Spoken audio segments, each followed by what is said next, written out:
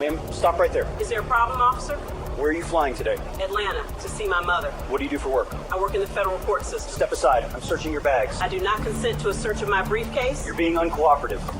The security camera footage from Terminal C would later become the most damning piece of evidence in what many legal experts called the most shocking case of racial profiling ever caught on tape. It was Christmas Eve morning, 6:23 a.m., and the airport was unusually quiet. Most travelers were already home with their families or settling into their holiday destinations. The few passengers moving through the terminal were mostly airline crews heading to work or business travelers catching the last flights before the holiday shutdown. What happened in those early morning hours would spark a federal investigation, destroy multiple careers, and prove that racism doesn't take holidays. The woman walking calmly through that terminal had no idea she was about to become the center of a story that would change airport security protocols nationwide and cost the city millions of dollars in settlements.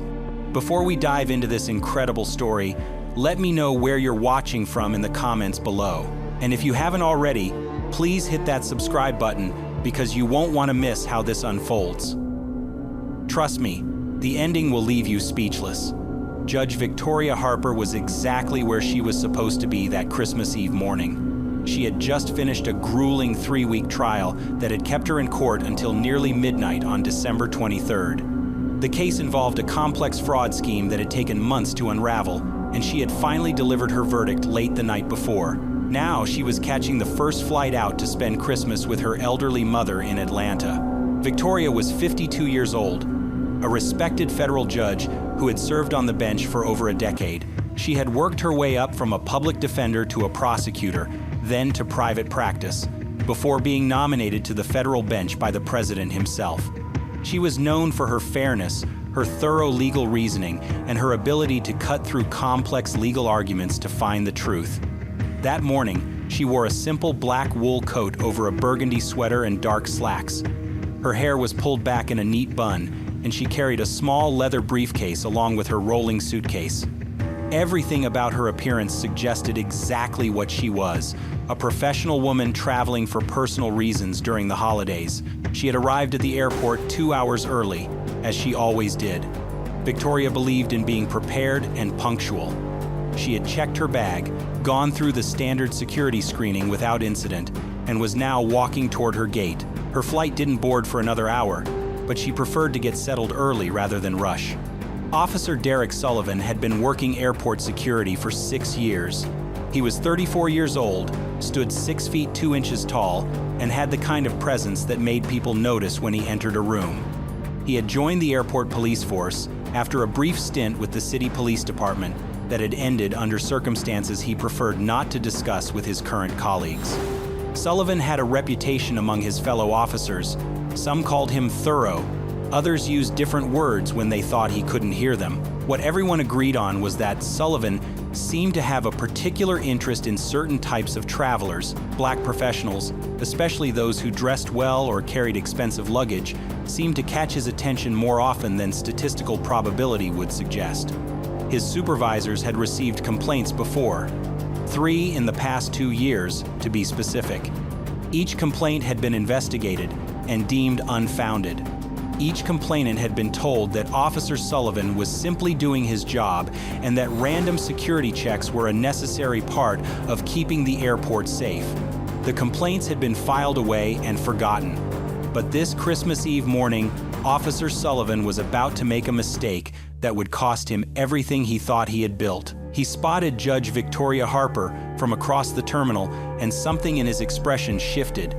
He began walking in her direction with the kind of purposeful stride that suggested he had already made up his mind about something. Victoria noticed him approaching but thought nothing of it. Airport security officers moved around the terminals constantly. It was their job to be visible and alert.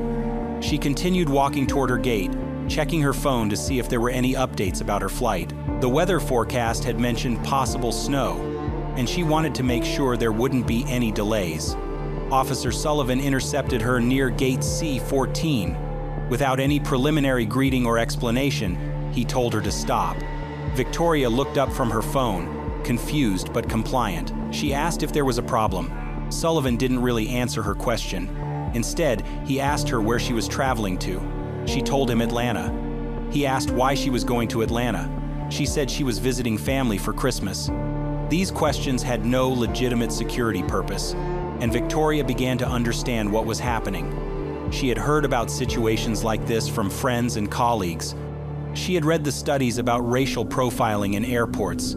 She had even ruled on cases involving discrimination by law enforcement officers, but experiencing it firsthand was different from reading about it in legal briefs. Sullivan asked to see her identification and boarding pass. Victoria reached into her purse and pulled out her wallet.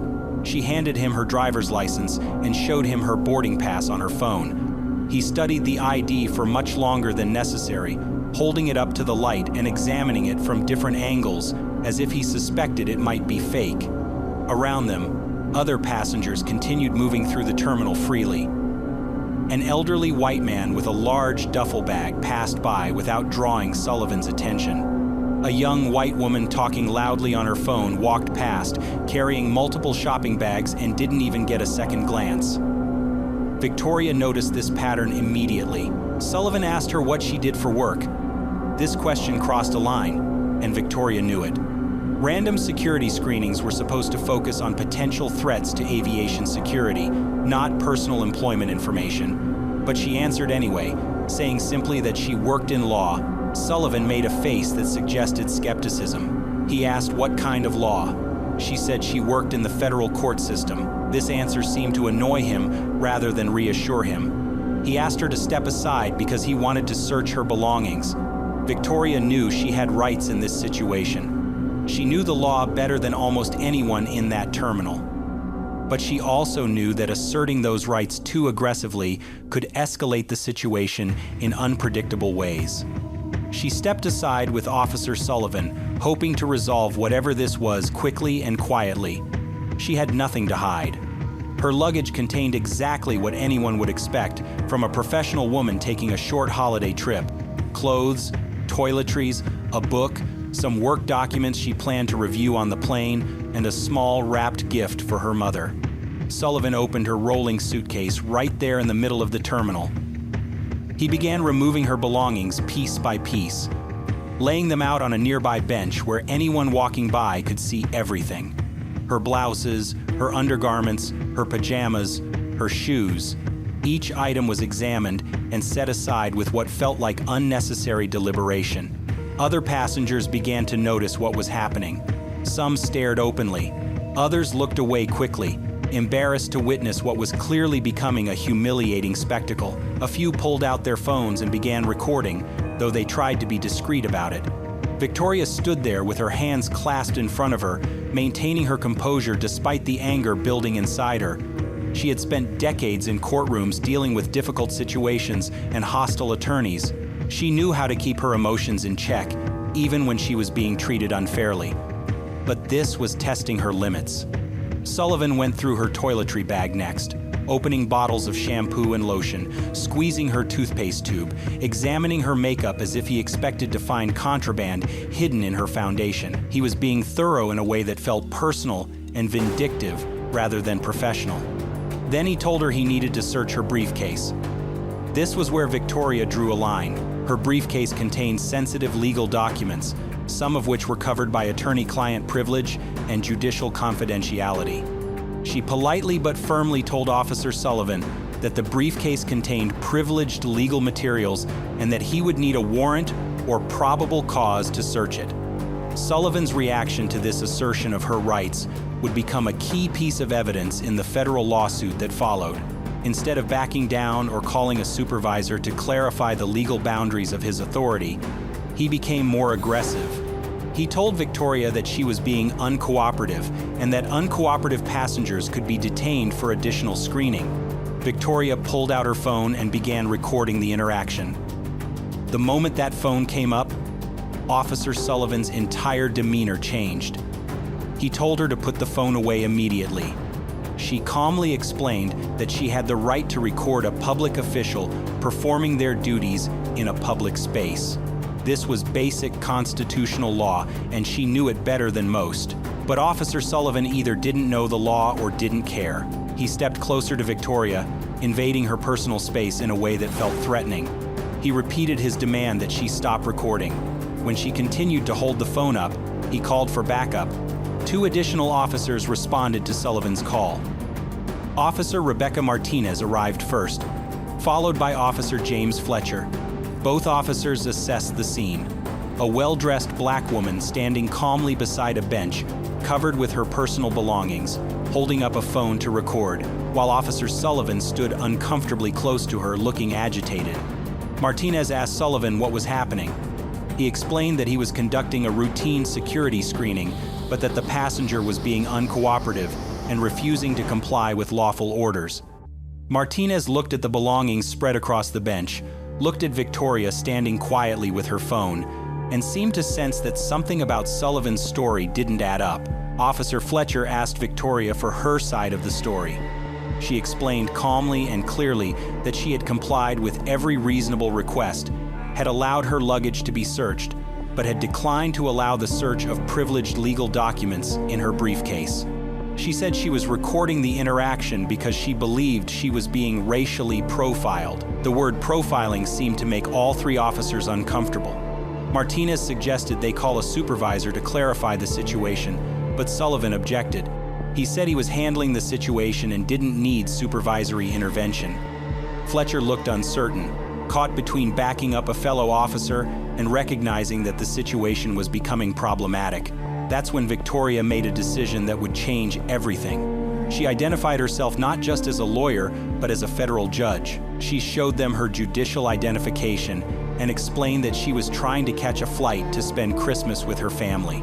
She asked if there was any legitimate security reason for the extensive search of her belongings and the continued detention. The 3 officers exchanged glances. They all understood immediately that this situation had just become much more complicated than a routine security screening. Officer Sullivan, however, seemed unable or unwilling to back down from the path he had chosen. He had chosen. Instead of de-escalating, Sullivan doubled down on his authority. He told Victoria that being a judge didn't give her special privileges when it came to airport security. He said she still needed to comply with all screening procedures, including allowing him to search her briefcase. His voice was getting louder, attracting even more attention from passing travelers. Officer Martinez tried to intervene diplomatically.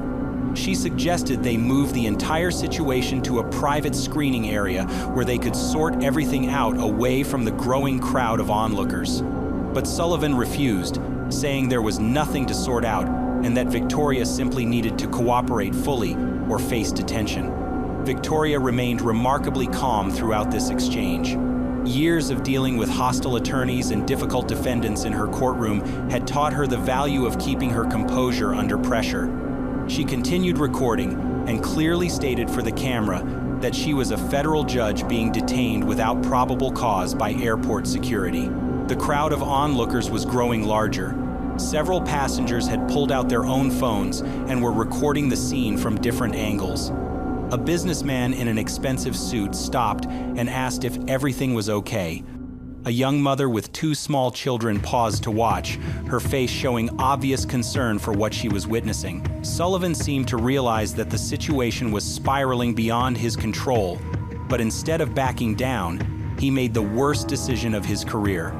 He told Victoria that she was under arrest for interfering with airport security operations. He reached for the handcuffs on his belt. Victoria clearly stated that she did not consent to being arrested and asked what specific crime she was being charged with. Sullivan couldn't give a coherent answer. He mumbled something about obstruction and failure to comply with lawful orders, but when pressed for details about which laws she had allegedly broken, he became increasingly agitated. Officer Fletcher finally stepped forward and suggested they call their supervisor before making any arrests. He had been watching the interaction unfold and could see that Sullivan was making serious procedural errors, but Sullivan was too committed to his course of action to listen to reason. The handcuffs clicked around Victoria's wrists at exactly 6:47 a.m., according to the security camera timestamp. The sound seemed to echo through the terminal, causing a ripple of shocked reactions from the growing crowd of witnesses. Several people audibly gasped. Others shook their heads in disbelief. Victoria stood there in handcuffs, maintaining her dignity despite the humiliating circumstances. She looked directly into her phone camera, which was still recording, and clearly stated her name, her position as a federal judge, the time, and the fact that she was being arrested without probable cause. A teenage girl in the crowd started crying. She told her mother that this was wrong, that the police shouldn't be treating the lady this way. An elderly man approached Officer Martinez and demanded to know why they were arresting someone who hadn't done anything wrong. Martinez looked uncomfortable but didn't have answers. Sullivan seemed energized by having finally taken decisive action. He told the crowd to disperse and mind their own business. When people didn't immediately move away, he raised his voice and threatened to arrest anyone who interfered with police operations. This only made more people pull out their phones to record. Officer Fletcher radioed for a police van to transport Victoria to the station. His voice was tense, and he kept looking around at all the witnesses and cameras. He seemed to understand that this incident was going to have consequences far beyond a simple arrest report. Victoria asked to speak to her attorney. This is a basic right that should have been granted immediately, but Sullivan told her she could make her phone call after she was processed at the station. This was another violation of proper procedure, and the crowd of witnesses was hearing every word. A pilot walking through the terminal in his uniform stopped when he saw what was happening. He approached Officer Martinez and identified himself as a commercial airline captain. He said he had witnessed the entire interaction and wanted to go on record that the woman had been cooperative throughout. Martinez took his contact information, though she looked like she wished she were anywhere else. The police van arrived, and Sullivan prepared to escort Victoria out of the terminal. As they walked through the concourse, more people stopped to stare. Some recognized her as a judge, having seen her photo in newspaper articles about high-profile cases she had handled. Word began spreading through the terminal that the woman in handcuffs was actually a federal judge. Victoria's flight to Atlanta was boarding when they reached the terminal exit. She could hear the gate agent announcing the final boarding call for her flight.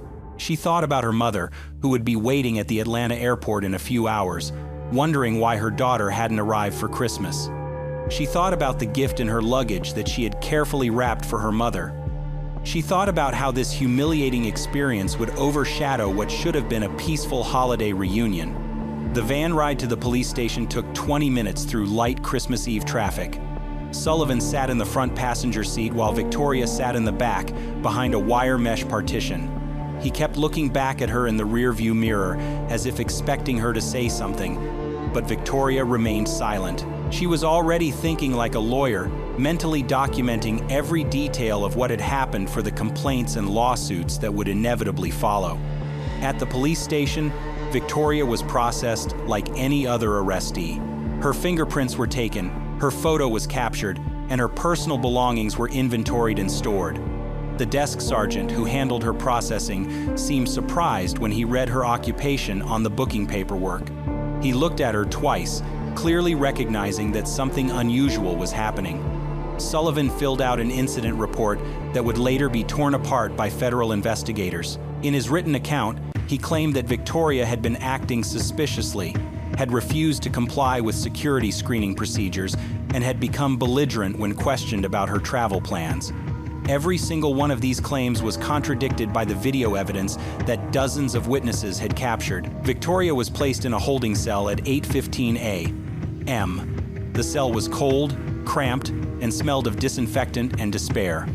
She sat on the metal bench and tried to process what had just happened to her. In her decades of legal experience, she had seen injustice take many forms, but experiencing it personally was profoundly different from reading about it in case files. Word of her arrest began spreading beyond the airport. Someone had posted one of the witness videos on social media, and it was being shared rapidly across platforms. The caption read, "Federal judge arrested for flying while black on Christmas Eve." Within hours, the video had thousands of views and hundreds of outraged comments. Victoria's law clerk received a call from a reporter asking for comment about the arrest.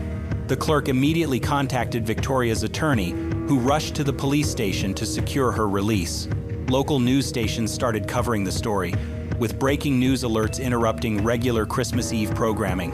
Meanwhile, back at the airport, the incident was causing operational disruptions. Passengers were sharing videos and discussing what they had witnessed. Some were calling their own attorneys or contacting civil rights organizations. The airport's public relations department was scrambling to respond to media inquiries about racial profiling policies. Officer Sullivan completed his paperwork and went home for Christmas Eve, apparently believing he had simply done his job. He had no idea that his actions had been recorded from multiple angles by numerous witnesses. He didn't know that within hours, legal experts would be analyzing his behavior on national television. He couldn't have imagined that his name would soon be known across the country as a symbol of institutional racism. The police station's phone began ringing constantly as news of the arrest spread. Civil rights leaders were demanding answers. Legal organizations were offering to represent Victoria pro bono. Politicians were calling for investigations.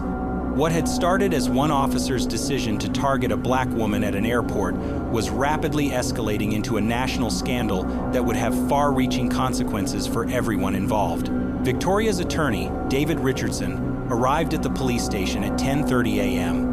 Richardson was a seasoned civil rights lawyer who had spent 20 years fighting discrimination cases across the federal court system. He had represented everyone from wrongfully terminated employees to victims of police brutality. But when he walked into that holding area and saw a federal judge sitting in a jail cell on Christmas Eve, even he was stunned.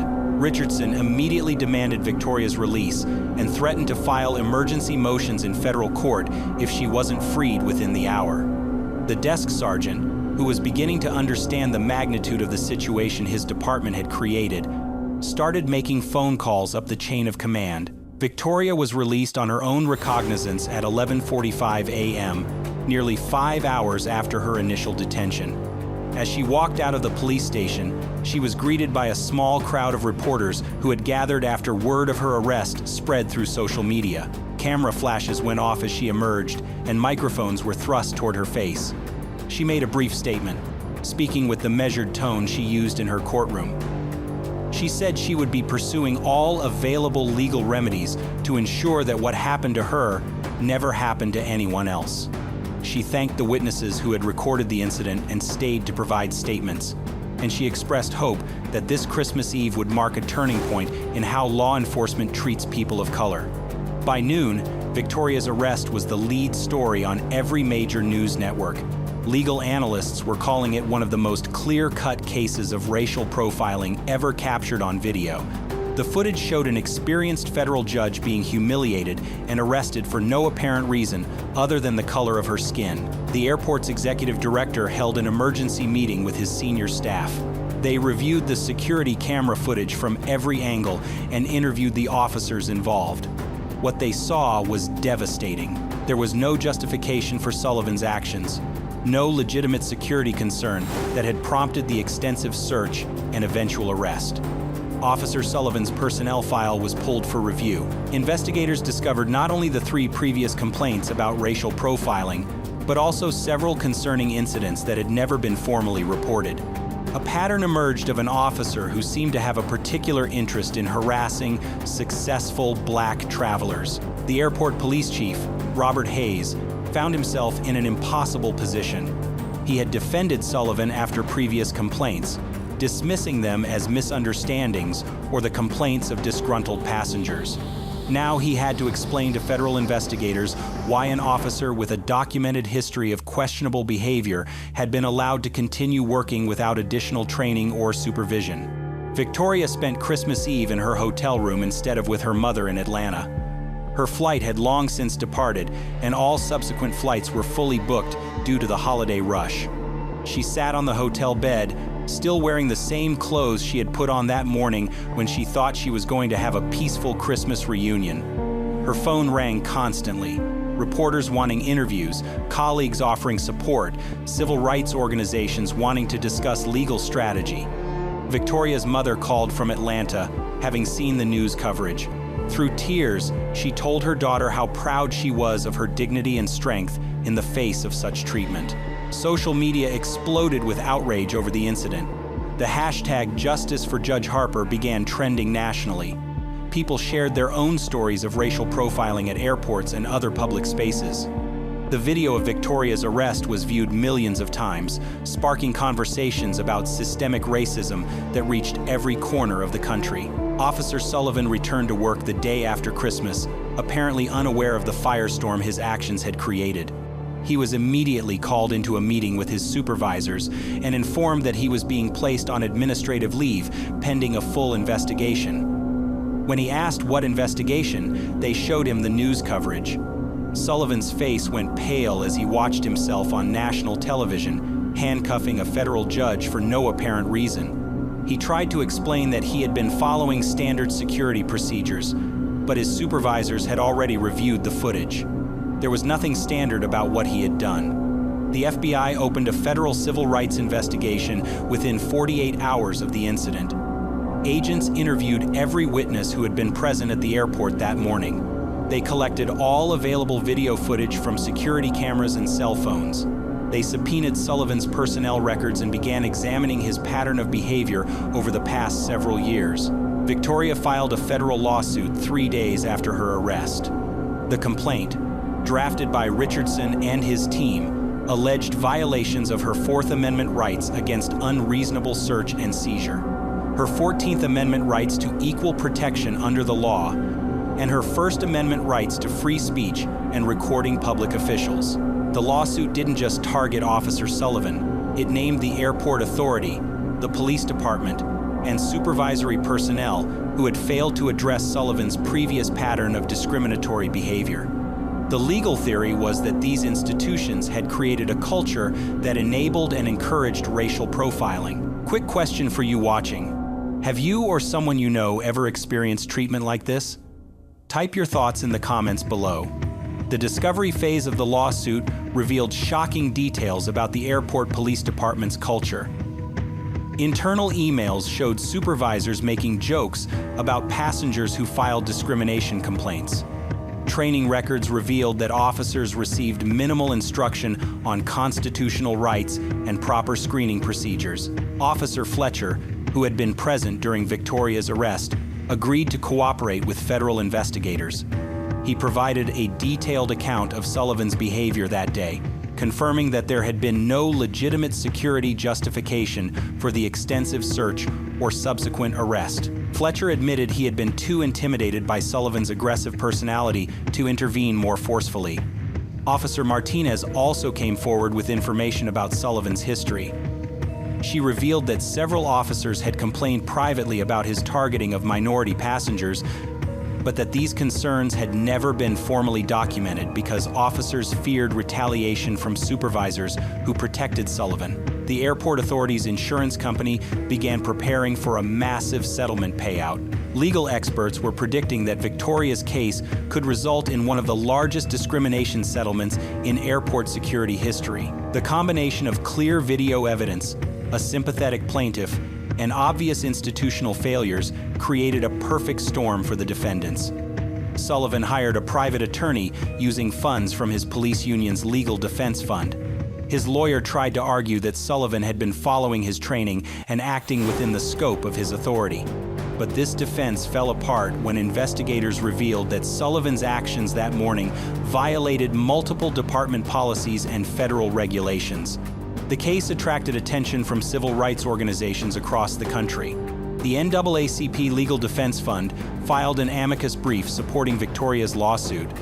The American Civil Liberties Union launched a broader investigation into racial profiling at airports nationwide, using Victoria's case as a catalyst for examining systemic problems. Victoria received hundreds of letters of support from fellow judges, attorneys, and ordinary citizens who had been moved by her story. Many shared their own experiences with discrimination and praised her courage in fighting back against injustice. Several law schools invited her to speak about her experience and its implications for civil rights law. The airport implemented emergency policy changes in response to the incident. Officers were required to document the specific reason for any passenger screening that went beyond standard procedures. Supervisors had to approve any searches of personal belongings that lasted more than 10 minutes. body cameras became mandatory for all security interactions. These changes came too late to help Victoria, but they represented a recognition that fundamental reforms were needed. The airport authority hired a civil rights consultant to review all policies and procedures related to passenger screening and officer conduct. Sullivan's union initially defended his actions, releasing a statement that officers had to make split-second decisions in challenging circumstances. But as more details emerged about his pattern of behavior, even his union representatives began distancing themselves from his case. The federal investigation expanded beyond Victoria's individual case to examine systemic issues within the airport police department. Investigators found evidence of discriminatory practices that affected not just passengers, but also minority employees within the department itself. Several officers came forward to report that they had witnessed or been aware of discriminatory behavior, but had been discouraged from reporting it through official channels. A culture of silence and retaliation had allowed problems to fester for years without proper oversight. The case sparked congressional hearings on racial profiling in transportation security. Victoria was invited to testify before a House subcommittee about her experience and recommendations for preventing similar incidents. Her testimony was calm, detailed, and devastating in its documentation of institutional failures. Airport authorities across the country began reviewing their own policies and training programs in light of Victoria's case. No one wanted to become the next subject of a viral video showing clear discrimination against passengers. The financial costs of the incident continued mounting for the defendants. Legal fees, settlement negotiations, policy changes, and reputational damage created expenses that reached well into the millions of dollars. What had started as one officer's decision to harass a passenger was becoming a costly lesson in the price of institutional racism. Victoria's case became a teaching tool in law schools and police academies. The clear video evidence and straightforward facts made it an ideal example of how not to conduct security screenings and how discrimination lawsuits develop from seemingly routine interactions. The psychological impact on Victoria was something she dealt with privately. Despite her composed public demeanor, the experience of being handcuffed and jailed for no reason had affected her deeply. She sought counseling to process the trauma while continuing to pursue justice through the legal system. Officer Sullivan's life unraveled as the investigation progressed. Facing federal charges, civil lawsuits, and the loss of his career, he struggled to understand how his actions that Christmas Eve morning had led to such devastating consequences. His inability to recognize the wrongness of his behavior became a central issue in psychological evaluations. The psychological evaluations ordered by the court revealed disturbing insights into Sullivan's mindset. Dr. Sarah Mitchell, a forensic psychologist with decades of experience evaluating law enforcement officers, conducted extensive interviews with Sullivan over several weeks. Her findings painted a picture of someone who genuinely believed his actions were justified, even in the face of overwhelming evidence to the contrary. Sullivan repeatedly told Dr. Mitchell that he had been doing his job properly and that Victoria had been acting suspiciously. When shown the video footage of the incident, he claimed the cameras didn't capture everything and that his instincts as a seasoned officer had detected threats that weren't visible to others. This level of self-deception troubled even experienced evaluators. The psychological assessment became a key piece of evidence in the federal case. Dr. Mitchell's report concluded that Sullivan displayed classic signs of racial bias that had become so deeply ingrained he could no longer recognize it as such. She noted that his inability to acknowledge wrongdoing suggested the discrimination was systematic rather than a momentary lapse in judgment. Victoria's legal team used these findings to strengthen their argument that Sullivan's behavior represented a pattern of institutional racism rather than an isolated incident. The psychological evaluation showed that years of unchecked bias had created a mindset where targeting minority passengers seemed not just acceptable but necessary for proper security. The airport authorities' internal investigation uncovered additional troubling evidence. Email records showed that Sullivan had sent messages to colleagues containing racial jokes and stereotypes about certain passenger demographics. These communications had been ignored by supervisors who should have recognized them as warning signs of discriminatory attitudes. Training records revealed that Sullivan had consistently scored poorly on cultural sensitivity assessments, but had never been required to undergo additional education or counseling. His supervisors had treated these scores as bureaucratic paperwork rather than indicators of potential problems with his fitness for duty. The financial settlement negotiations began in earnest as the defendants realized their legal position was hopeless.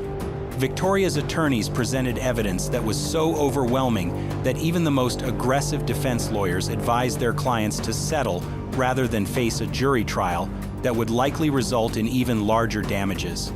The airport authority's insurance carrier conducted its own investigation and reached the same conclusion.